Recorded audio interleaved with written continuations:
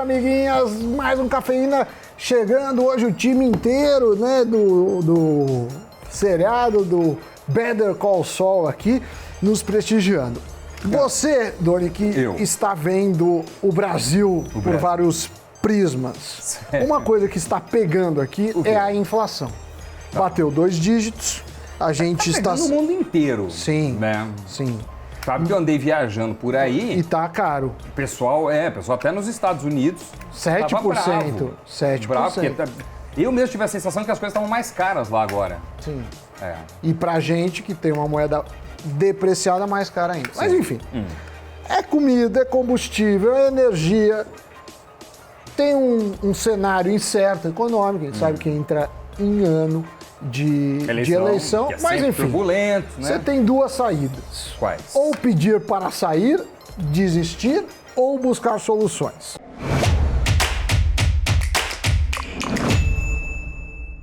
Se a gente olhar para o futuro, o brasileiro ainda precisa se preocupar em encontrar maneiras de não deixar o dinheiro perder valor frente à inflação, né? Ter uma reserva de emergência que consiga manter o seu poder de compra, porque imprevistos sempre acontecem, pensar na aposentadoria e, claro, ainda realizar os sonhos que todos nós temos, não só lá na aposentadoria, mas ao longo do caminho. Quem nunca quis comprar um carro, uma casa, fazer uma viagem muito bacana? Tudo isso, claro, exige... O vil metal, a mussarela, né? O recurso financeiro. Exatamente. E é por isso, por tudo isso, que a procura por investimentos tem aumentado nos últimos anos. Afinal, eles são uma alternativa, ou pelo menos uma das alternativas, para melhorar a vida financeira das pessoas. Em outubro, a Bolsa Brasileira bateu a marca histórica de 4 milhões de contas de pessoas físicas.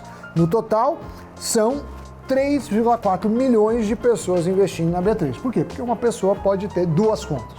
E esse crescimento ainda é mais expressivo se olharmos para o número de investidores na Bolsa há 2 anos, em 2019. Era 1 milhão, ou seja... 1 milhão em 2019, outro dia. Em 2 anos, a gente mais que triplicou. E essa é uma ótima notícia, mas... começar a investir pode gerar dúvidas para quem é um novo entrante, um iniciante, alguém que está chegando que não tem tanta familiaridade com o mercado dos investimentos, com todas as alternativas, com esse leque que você tem à sua disposição. Afinal de contas, como escolher os investimentos certos? Quais são os mais adequados para quem está começando a investir? Para isso nós temos o guru dos investimentos, o homem, o mito, a lenda viva do mercado de investimento, de renda fixa, Elon Musk. Não, Sammy Boy, ele, sim. Muito menos, mas enfim, para ajudar quem está interessado em investir e não faz ideia por onde começar, nós aqui do Invest News, junto com nossos editores, editoras, a equipe, separamos não 1, nem 2, mas sim 5 investimentos para iniciantes e vamos explicar as vantagens e desvantagens de cada um deles. Perfeitamente, Sammy Boy. O primeiro é o Tesouro Selic. Investir em Tesouro Selic significa emprestar dinheiro para o governo através da compra de títulos públicos e receber rendimentos por isso. Você deve saber que todo investimento tem riscos, alguns mais, outros menos. O menor risco conhecido no mercado é o chamado risco soberano, isso dentro do país, que está presente quando emprestamos dinheiro para o governo daquele país. É isso que acontece ao comprar títulos do governo como o Tesouro Selic. É um investimento de baixo risco e passa segurança para quem está começando a investir. Além disso, a rentabilidade do Tesouro Selic segue a própria taxa Selic, que é a taxa básica da economia, ou seja, é relativamente fácil de entender a remuneração.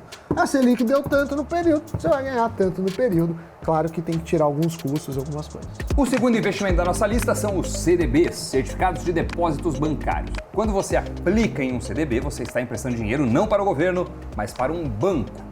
Os CDBs costumam ser uma opção interessante para quem está começando, porque eles conseguem aliar, normalmente, uma rentabilidade um pouquinho maior a uma segurança que ainda assim é satisfatória. O risco envolvido em aplicações em CDB é o risco de crédito, ou seja, a possibilidade da instituição que você comprou o CDB não pagar. Acontece que CDBs estão dentro do FGC. O FGC, o Fundo Garantidor de Crédito, garante o pagamento de alguns produtos bancários, entre eles o CDB está incluso, até o valor de R$250 mil por instituição, por CPF e no total R$1 milhão. Isso significa, Doni, se a pessoa investir em CDB e o banco vir a quebrar, né, não consegue te pagar, o FGC cobre respeitando esses limites que eu falei. Garante. Não, mas é um belo de um limite, né? Eu acho que para muita gente que está começando, imagina, você tem uma segurança de R$250 mil por instituição e ainda você pode dividir em mais instituições e se der errado em todas elas você resgata R$1 milhão.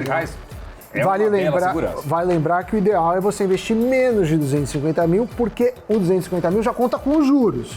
Então, para você estar totalmente coberto, o dinheiro aplicado mais os juros não podem passar dos R$250 mil.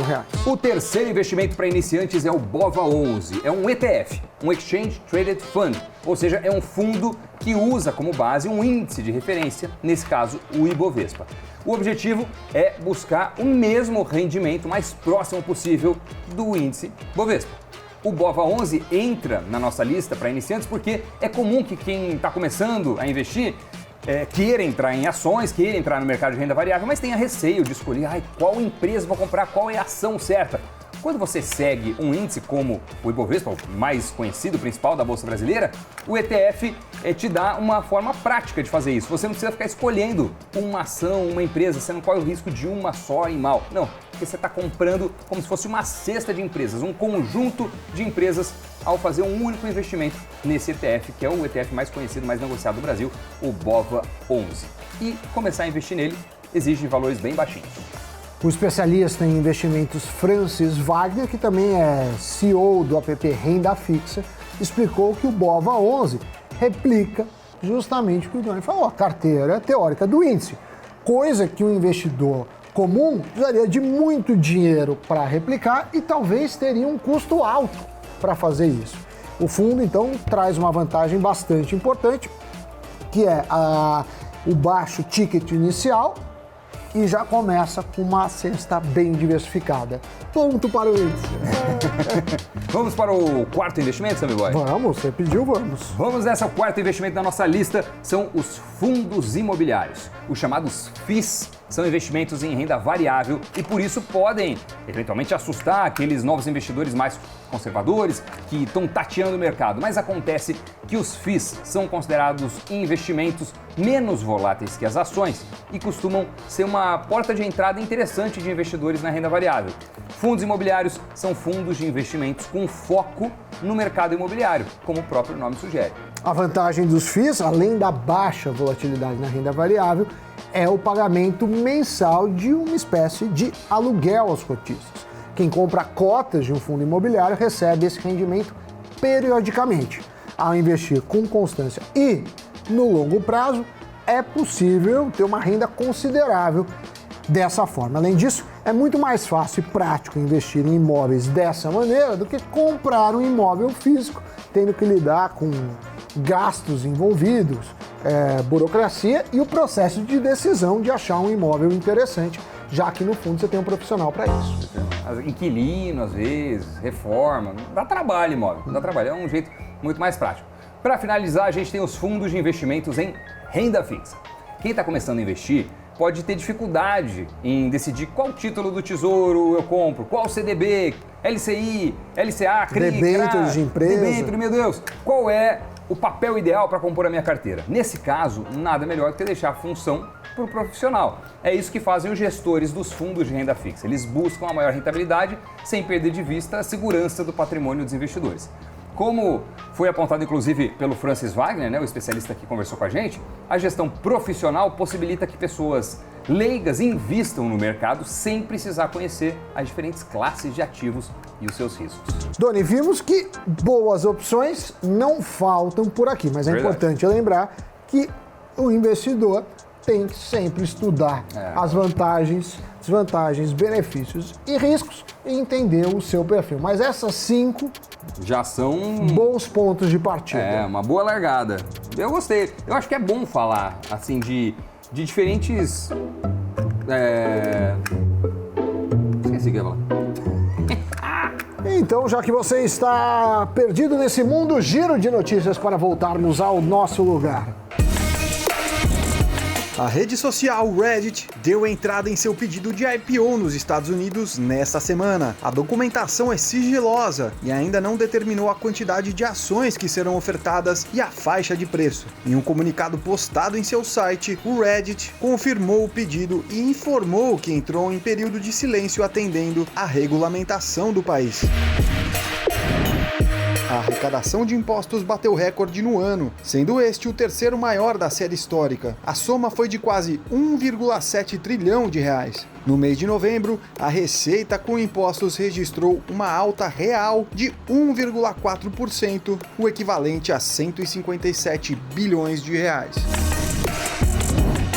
E o IPVA de 2022 vai ficar mais salgado para o bolso dos paulistas. Essa é a primeira vez em 10 anos que o imposto sobe em vez de cair. O motivo é por conta da valorização recente dos carros usados. Porém, o valor do imposto ficará mais barato em 9% para pagamentos à vista ainda este mês. Agora sim, Sammy Boy, estou devidamente informado. Agora sim. Lembrou o que você ia falar? O que eu restabeleci aqui? Eu acho que estão faltando as palavras, eu estou muito emocionado de estar de volta aqui, fisicamente, dividindo essa bancada com o Samidana, então apenas muita emoção. Muita emoção, eu estou gaguejando muito, então vou me despedir nesse momento, tchau.